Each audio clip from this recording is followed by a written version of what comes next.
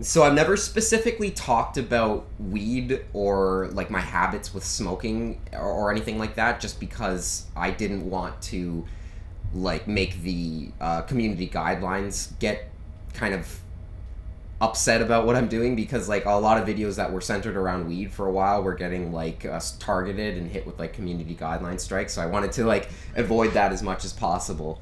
But since it's sort of blown over, I think I can sort of maybe integrate just my thoughts and stuff around weed. And I'm going to start with my very first experience with it, because that one was like obviously like the most powerful experience, or like one of them, in terms of just the kind of effects that you have. Because like I've noticed that like after you keep trying it, the effects don't exactly hit you the same way, or it's like you almost perceive it differently or something like that. But like I'm sure it's somewhat similar, but it's just you're more accustomed to it, so it doesn't seem as radical and new to you.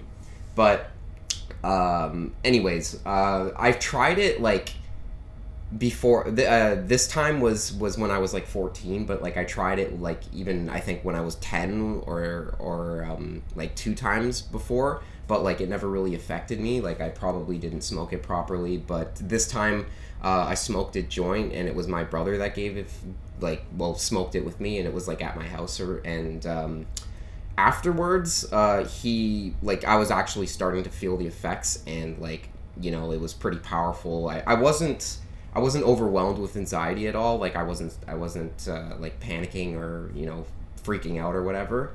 But this time I was just able to like just relax and sit and not have to worry about it. And my brother ended up playing on the piano a Chopin Waltz, and this one was I think like OP 69. I can't remember which number it was, but it was in B minor.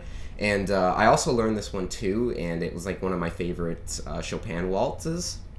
It's only like a grade 6 piece, so it's not like anything that's like overly complex, but it was really interesting because like this was the first time that I was actually able to like feel music. Like when he played it, there was a certain passage in the piece, like it actually repeats it a few times throughout the piece, but there's this one passage where like it kind of descends down, and to me, like I was visualizing in my head like children laughing, or like like these weird like cartoonish like kids that were just like rolling down a hill like laughing and being silly and stuff like that when it was like do do do do do do.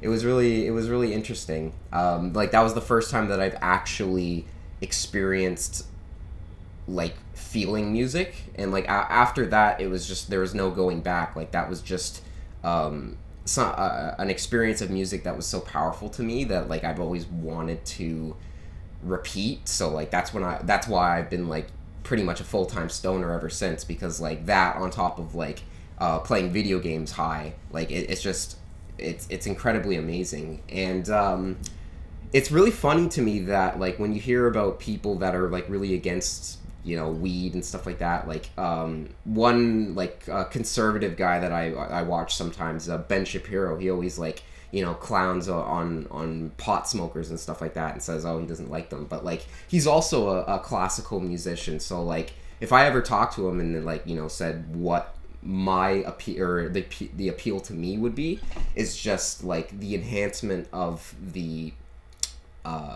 experience of music.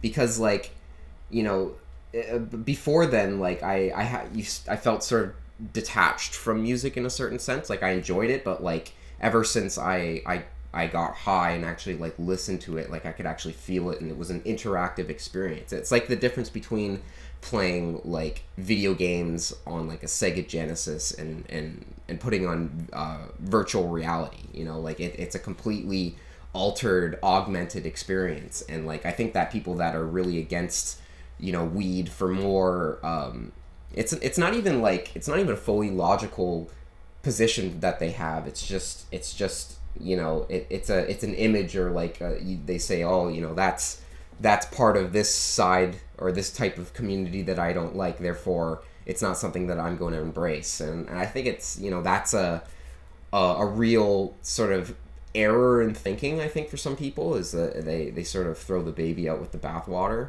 and yeah, it's really funny that like this experience after it kind of, you know, made me hooked in a certain way, but like it doesn't really matter to me because like, you know, being hooked on weed, like you can still pretty much consider yourself sober even though you're sucking on it like a fiend. Like it doesn't really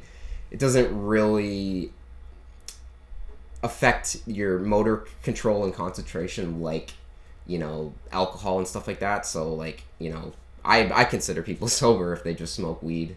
It to me, like if I have a tolerance, it's not like a world shattering experience. It's just like a relaxing type thing. So it's pretty benign. Like I think that a lot of people overblow it.